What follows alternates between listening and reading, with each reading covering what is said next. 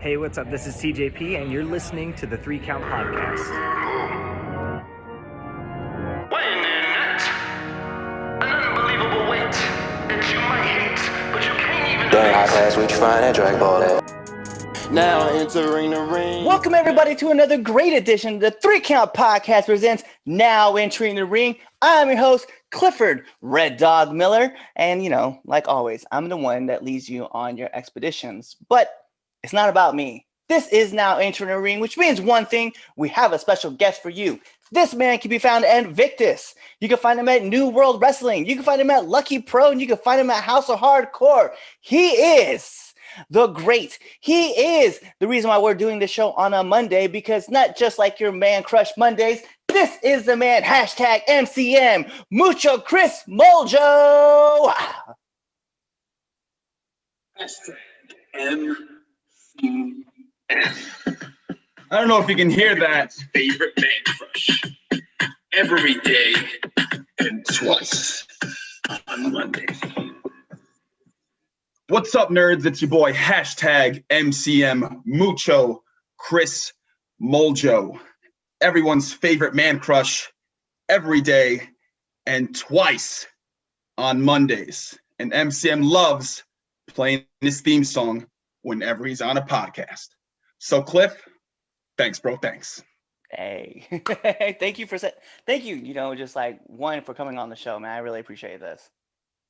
Glad to be here. And mind you, we rarely put out Monday shows, but Listen, it's Monday. It's Mucho Chris Moljo, everyone's favorite man crush every day. And you know what? Today, you like me twice. So yeah, you guys already know what to do. Hit that like button and then, go follow him on his social media accounts and give it the like button twice.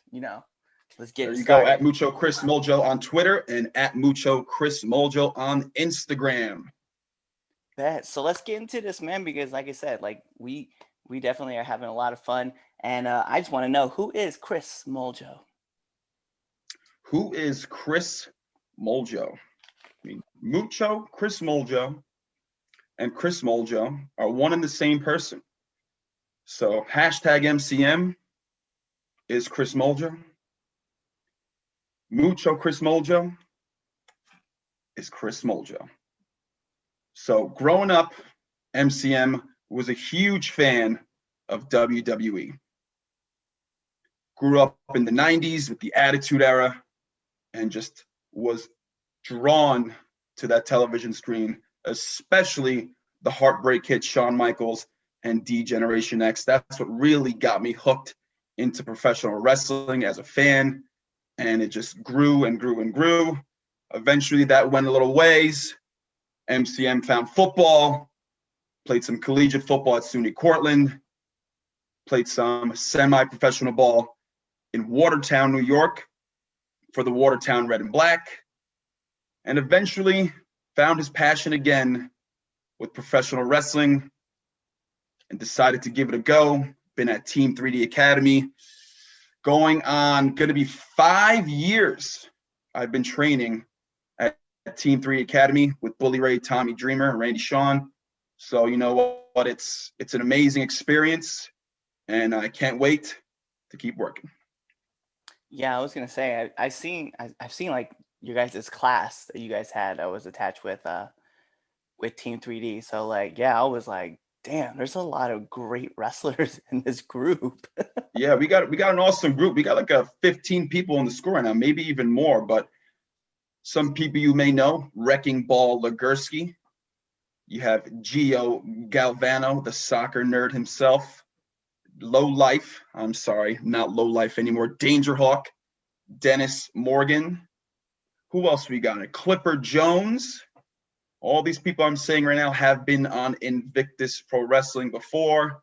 And we have some referees looking to be professional wrestlers in TKO, Kasenko, Sour Patch Nerd, and Anytime Alan Bano. Am I missing anyone else that's actually working? Don't think so. But there's a bunch of other dudes that are here that are paying their dues, and they're looking to get their shot too. So Team 3D Northeast, we got some good talent. So you said you've been a wrestling fan forever, with Shawn Michaels kind of leading the forefront and D-Generation X and all that. So that's pretty much, I guess, that's how you got your introduction into your business. Like, what drove you really to wanting to? What made you say like, hey, this is the time is now for me to achieve my dream? The time is now was my age, actually. So I turned 28 years old, and my real job, I'm a phys ed teacher in the Bronx. And at that point, I just got tenure, and I thought to myself, what was your dream growing up? What did you want to do? And it was maybe football, but I always wanted to be a professional wrestler. So I said, the time is now. If you want to get this done, 28 years old, that's kind of old to try to get into wrestling, but I went for it. And now I am here at 32, going to be 33 in July. That's awesome. I was gonna say I can kind of feel where you're coming from, because for me, like, just I'm turning 36 this year, and I've been in for like 18 months now, and I'm just like, yeah, I gotta pull the trigger, because if I don't pull the trigger sooner, I'm always gonna be like, what if I tried this? So Exactly. The what if is a big thing. So if I told myself, you want to do this, and then if I didn't try it, that would be the huge question mark in the back of my head if I'm on my deathbed. What if? What if you did do this? I'm glad I went through with it. I'm doing it, and it's tremendous. oh yeah, this is like one of the best decisions I made. I was like, I'm doing this, and I'm gonna meet so many cool people, and so far, like, it's definitely panned out. Excellent. So you've been training for 18 months now? Yeah, actually, I started over here at Riot City in Sykesville, Maryland, and yeah, just I remember texting a friend, and they were like, "Hey, we can get you connected," and then I told Sicken, I was like, "Hey, man, like, I'm available. I'll start in January," and he was like, "Okay, buddy," and I think he just kind of thought, like, it's November, he's gonna forget about it.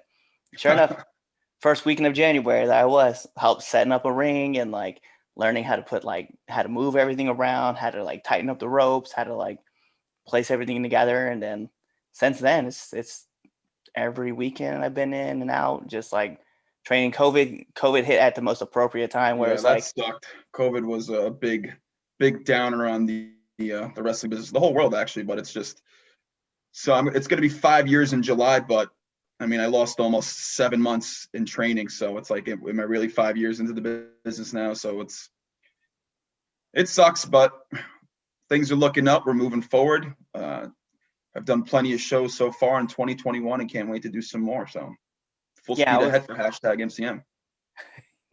I was gonna say, I was like, I had that stop from like March till May, and then once the end of May came, like, I started like getting back in the ring and really training again, and then I just didn't stop, just from Mm-hmm. May till all the way How many now. days a week are you training?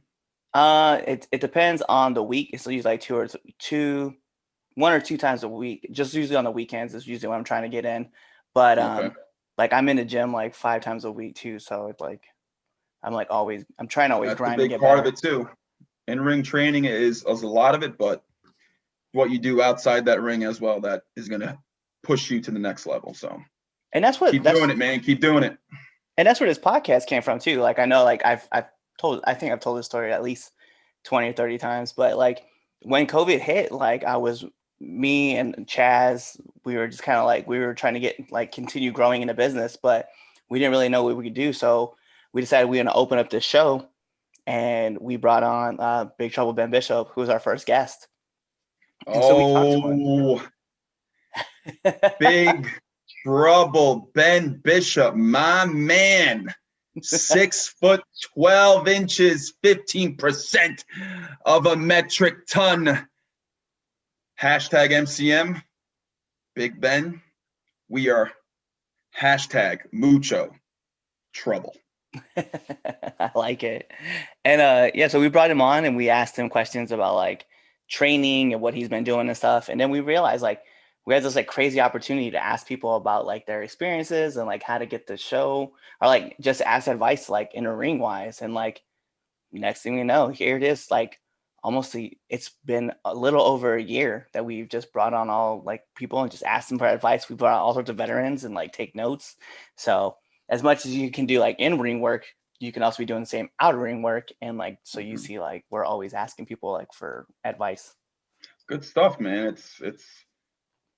It's an awesome experience getting into the wrestling business, and it's a lot that goes in to the whole show and to the whole thing. So it's a lot of moving parts that go into this wrestling business, and it's good to know every bits and pieces of that going into it. So you're definitely right about that. But speaking about bits and pieces that go into the business, what's been one of the worst bumps you've taken in the business? One of the worst bumps I've taken in the business. Oof. Learning backdrops, actually. And this is actually a Bully Ray story. So learning backdrops, with any bump you take, especially if it's a back bump, you want to be as flat as possible. So learning backdrops, Bully wanted to teach us the wrong way first to see how it feels, so to not take that bump, and if you're given the backdrop, to not screw up the move. Right. So if you over rotate the person, guess what? They're going to land on their hip, they're going to land on their heels, they're not going to land flush. So that class, we learned how to do backdrops the wrong way first, so you know how it feels when you don't do it correctly. So in training, that was one of the worst bumps taken. That was learning how to do a backdrop and just learning it and doing it the wrong way first, just to feel what it's supposed to not feel like, and then going through and trying to get it done the right way. So that was a really crappy experience feeling that. But I mean, as far as in ring, I haven't taken any crazy bumps.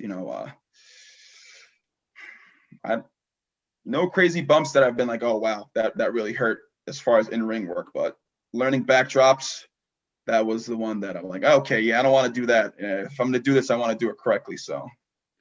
Oh yeah, there's it's something I actually, this will be the first time I kind of shared the story too. But there is a thing for people who aren't really paying attention. There's a reason for everything that's done in the business, and very much how you said you had to learn it the wrong way, so that way you knew how to do it the right way. Like, I was running a spot with Ben, and I kept messing up. I kept messing up the spot, and so James Ellsworth was like, "Cool, you can do it. You can do the spot, but you gotta do it again." And I kind of was like, I was lost at first. He's like, "Yeah, we don't get up right over left." And I was like, "Okay." So I get thrown over. I get thrown over. I get, I take a back bump, take another back bump, get thrown over the top, and I get back up. And he's like, "Cool, so we did it. We did the spot. Now we can do it again because you did it again." And I think I took that same spot probably 9 or 10 times before I realized that I was like, when I'm getting thrown over on a back body drop, it's got to be left over right. So, yeah. So when you take the bump and you get up, is what you're saying? Yeah. Yep, left over right. Yeah, 99.9% of the time you're getting up left over right. Yep, and that was a hard lesson to learn, but it was a lesson that I learned. Hey, repetition. I mean, if you're doing it the wrong way, they're gonna tell you to keep moving. I mean, as long as you're being safe, but repetition. Actually, that brings me up to another. It wasn't necessarily a bump. I mean, I guess it is a bump, but I was working with Bully and Wrecking Ball Legursky, and we were learning mafia kicks, or just the big boot. Mm-hmm. And I must have taken 20 mafia kicks from Bully Ray at class, and that was just from the nonstop bumping and going and jolting back. That was a little painful the next day in the neck. And then taking 20 from Wrecking Ball was fun. So nonstop repetitions and mafia kicks and big boots from Bully Ray and Wrecking Ball, that'll make you a little sore. I've had those where I like wake up and I'm just like, I try to get out of bed, I'm just like, oh yeah. Any injuries for you with the first 18 months of training? Anything serious? Yeah, actually. So we're on a perfect subject about learning repetition and reasons why things happen. And so we were doing Mexican rolls, 3/4 rolls for people who don't know. Um, and as I was going right elbow up, I was bringing up my left knee and I wasn't really paying attention. And the first time I did, I was like, yeah, that was kind of weird. I was like, did I do this wrong? And so as I did it again, yeah, I tore the lower muscle on my abdomen. That's a funny story. So when you were doing your 3/4 roll and you were going right arm, left knee Hmm. instead of same arm, same leg, Right. is that what you're doing? So you tore your I tore my abdomen too, but it wasn't on a 3/4 roll. It was actually on an Olympic takedown. Oh, wow. Someone gave me an Olympic takedown, and their fist went into, and the pressure of me doing that face bump, their fist went into my abdomen and ended up having a slight tear in my lower abdomen, and that sucked. Yeah. Just from a simple Olympic takedown.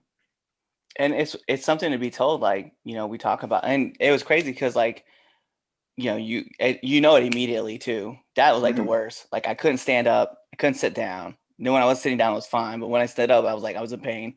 Couldn't lay down. It was the worst. And everybody thought I got a hernia, and they were like, "Oh, you have this hernia." And I go to the surgeon, and the surgeon was like, "No, no, no, no, you don't have a hernia. You have an abdomen tear. It's gonna take."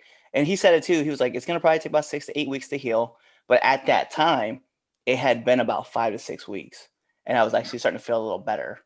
Were you still doing any training within that 5 weeks, or you were taking a break? So I would go to train. That's the funny thing. So Sicken was like, "You can't train, but if you come up, you can take notes and stuff like that." So, like, that's all I did. I just went out to practice, just watched and just took notes and just notes and notes and notes. And There you then go. It is school. Even though you're not actually doing the physicality of it, if you're there, you're still learning. now it's like working on stuff like on my character, how things like I would see it, like moves I was like looking to add to my repertoire, just like all sorts of stuff. And so he was like, he thought it was cool because there was another person who got injured and they were just gone. They were like, man. And then they came back like 10 weeks later and were like, all right, I'm better. And then they couldn't figure out why, like, because they got hurt like roughly about the same time that I did, but they couldn't figure out like why, like when I got back, like I was like a lot more comfortable like doing things in the ring than he was, and he knew what had happened to me. And I was like, that's on you, bro. Like, I was up here like week in and week out. Like, I got in trouble for moving boards because they knew like that was a problem for me, and I was like, nah, I'm not. I'm going to help do this. So, Yeah, it takes a toll. This professional wrestling it's tough. As they say, it's not ballet, and it'll take a toll on your body. And actually, recently, I had a quad injury, and that wasn't even during wrestling. I was working out, doing some sprints, and it was actually right before Invictus is in bloom. And go figure, hashtag MCM was booked for a ladder match. And the same week of that show, I pulled my quad, and I actually had to call out of work for 3 days in a row just so I can rehab and ice and relax and make sure I was ready for that show. And I'm still nursing the quad injury, and it's a pain in the butt, and it's not ballet. So you have to kind of work through injuries sometimes, but also know your body and get a feel for it. But hashtag MCM with a messed up quad climbed that ladder. He retrieved that briefcase and got all the clout. I am now Mr. hashtag climb for clout. that was, hey, I'm not gonna front. That was such a fun event, and that was a fun match to watch too. Like, we were driving, we were heading back, and Chaz and I talked about 2 matches, right? So we talked about the ladder match, and we talked about the women's triple threat match, and then obviously with Big Ben too. Like, I guess we talked about 3 matches. We talked about Big Ben's match too, but those 3 matches, we were like, dude, these matches were fire. And so we were It was hyped. fun. It was definitely fun. I wish I had my briefcase on me now, but you know what? MCM is making that briefcase MCM style. So it's going to be a little while before MCM gets to taunt that briefcase around. But when he does, that briefcase is going to look tremendous. It's gonna look just as good as the ladder and the chair that matches with it. Exactly. I had the purple MCM ladder, the purple MCM chair. MCM is purple. And you know, the color purple is the color of royalty. Just saying. Yep. Somewhere So down the Moljo lineage, there was some royalty probably. Yep. Has to be somewhere. I'm just curious though. Okay, so aside from like one of your worst bumps, and we were talking about injuries and stuff like that, like what's been the hardest shot you've taken, like hardest hit that you've taken in a ring? Like kind of getting a little jarry. Yeah. So I've had many injuries of getting like elbowed in the eye, and my eye would blow up and it'd get black and blue. But actually, I took a bump from the second, like a T bump off the second rope, and when actually it wasn't a T bump, I went straight back, and when I went straight back, my head jarred, and my head hit the mat, saw little stars, got up, and I was like, all right, gathered my thoughts, finished the match, but definitely jogging up the brain there a little bit. So I don't think it was a concussion, but definitely maybe slight. Didn't go see a doctor or anything, but everything's good to go now. No, you definitely rocked your shit. Well, the thing is, like, I mean, playing football, like, there's so many different times that, like, you saw stars, you did this. It wasn't labeled a concussion or anything when I was playing, so I was like, you just go with it. So. Yep. No, I feel you. I feel you on that. MCM's got a fat dome piece, and it's pretty thick, so. So curious, man. Like I know a lot of wrestlers don't usually eat before a show, but they have like that post-match snack or post-match meal that they have to have afterwards. So I'm curious, like, what's yours? So for actual show days, I've been getting a Dunkin' Donuts iced coffee with some sort of breakfast sandwich for the morning, and then I won't eat anything until like maybe an hour before the match. I'll have like a protein bar, and then after, there's these, they're called Premier Protein Shakes, and they make all these different flavors, and there's a cookies and cream one. If you ever get to interview Wrecking Ball Legursky, he will vouch for this because I bring him to every show and I hook him up with them. Cookies and cream protein premier shake is tremendous. They actually just came out with like a peanut butter chocolate that we're looking to get. I haven't found it yet, but yeah, so that like post-match protein shake, cookies and cream premier protein is mucho tremendous. That's awesome, though. That's actually really good. I can rock with that. And they actually make one with coffee too. It's called a cafe latte, which is really good. If in the morning you want a protein shake, get a little caffeine in it. Yeah, I'm definitely down with this too. What kind of these super flavors? You're gonna have to like send me that link because I know like my flavors are pretty limited on like what like the shakes I take. So I'm like, I'm always down to like try some new stuff. It's already made. Just shake it up. Good to go. Bet. All right. Well, let me ask you this, man. Like, do you kind of have what kind of advice would you give to like up and coming wrestlers? Up and coming wrestlers, put in the work before you even try to get into, you want to be a professional wrestler? Okay, before you join a school, make sure you are physically ready to train.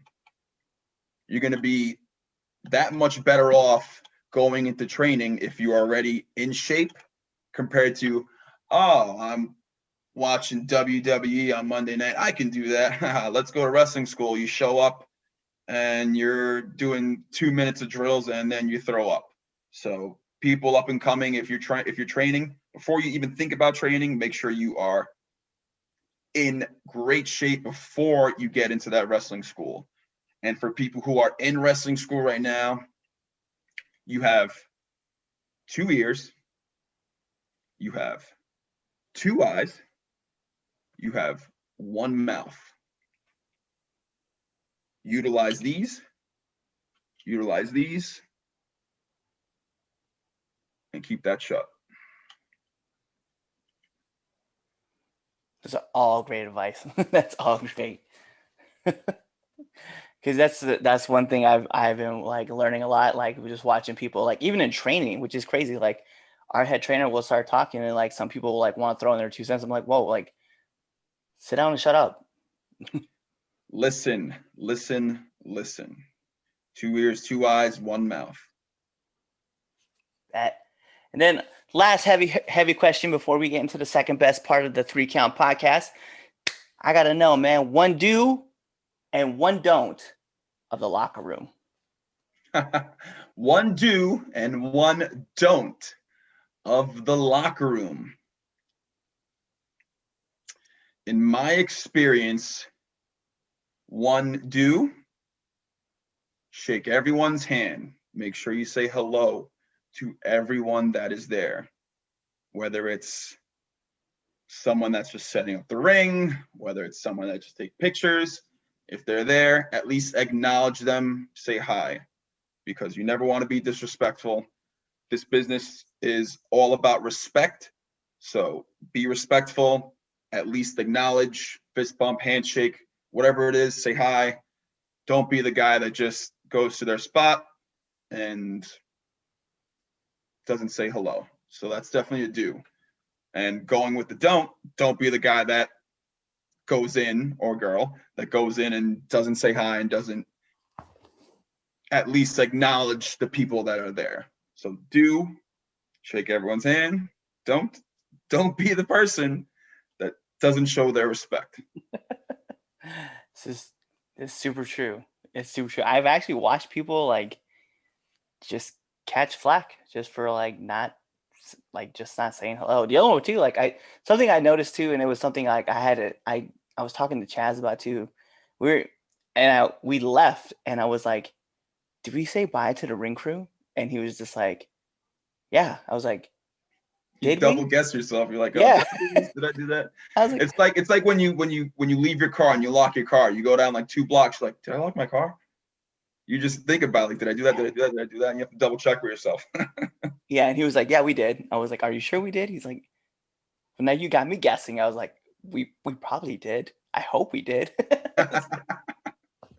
Yeah, I've heard plenty of stories of people getting quote unquote heat because they didn't shake a hand, or some people didn't get a job because they didn't acknowledge someone or said hi to one person and didn't say hi to the other person. So be respectful. Always. All right, well, that's it for like our heavy hitting questions, but we do have the second best segment in all of the 3 Count podcasts coming up. If you're wondering what the first is, it's because it is the Red Dogs Power Rankings, and you can find that on the debate show. But this is the 3 Count podcast, 10 count questions. Mr. MCM, this is how it works. I'm going to fire off 10 questions at you, rapid fast. 10 preguntas, papi. See? Dios Yes, mío. preguntas. Okay. But we're going to fire off 10 questions. Dale. I'm going to fire them off real quick, man. Whatever's the first answer you come up with, that's what it is. It should be very interesante. All right, so let's put on the imaginary timer. Bing! And here we go. SmackDown or Raw? SmackDown. Favorite movie? Ace Ventura, Pet Detective, or Ace Ventura, When Nature Calls. Already there. Sonic or Mario? Sonic. Favorite color? Purple, brother. Nerds or Pop Rocks?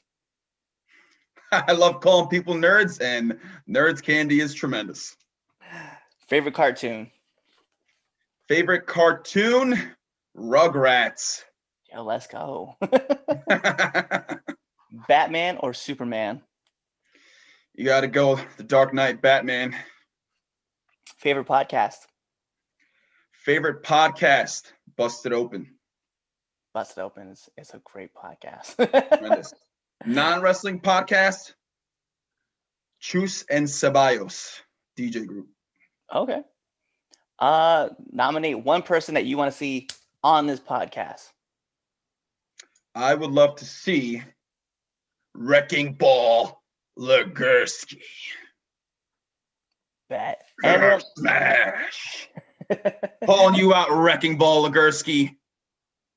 You heard it here. And then last but not least, my favorite question to ask every single person that comes on this show. Favorite curse word? Favorite curse word? I mean, who doesn't love a good old F-bomb, you know? Who doesn't love a good old F-bomb?